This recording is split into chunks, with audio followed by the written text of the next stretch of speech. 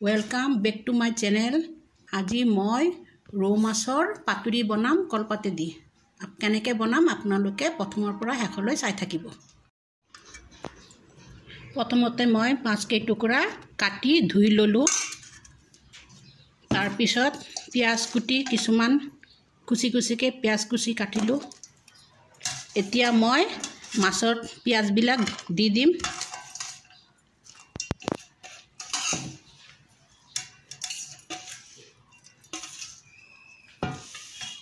तार पिছত एक चामच निमक दिलु।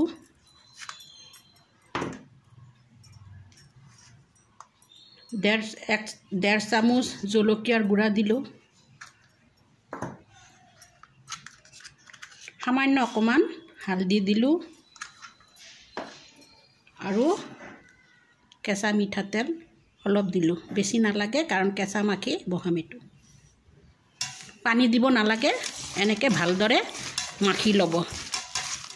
কলপাতটো যদি ডাঙৰ হয় কলপাততে মাখিব পাৰিব।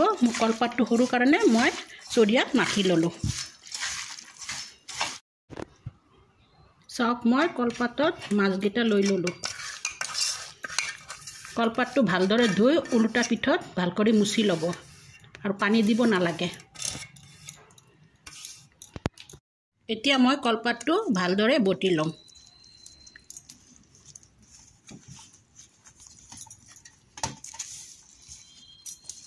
এতিয়া কেৰাহীত দিলো।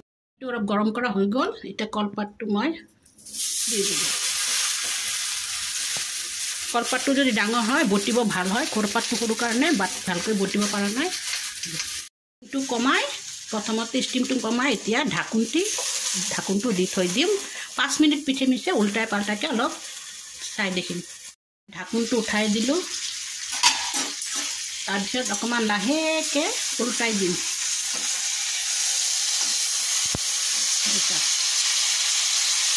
पानीটো निजे निजे मजी केने पियाजर পৰা নিমখৰ পৰা উলাই থাকিব। আপোনালোকে ঢাকুন নিদিব পাৰে কাৰণ ষ্টিমটো কমাই ৰাখিলে ঢাকুনটো নিদিলে অলপ দেৰি হ'ব আৰু ঢাকুনটো দি থলে অলপ সোনকালে হৈ যায় পাতুৰি। চাওক মোৰ কলপাতৰ পাতুৰি হৈ গল। মই নমাই ললো। যদি ভাল লাগি থাকে তেনলে লাইক সাবস্ক্রাইব শেয়ার করিব। কমেন্ট বক্সত কমেন্ট কৰি জনাব আৰু ওচৰত থকা বেল আইকনটো দবাই দিব।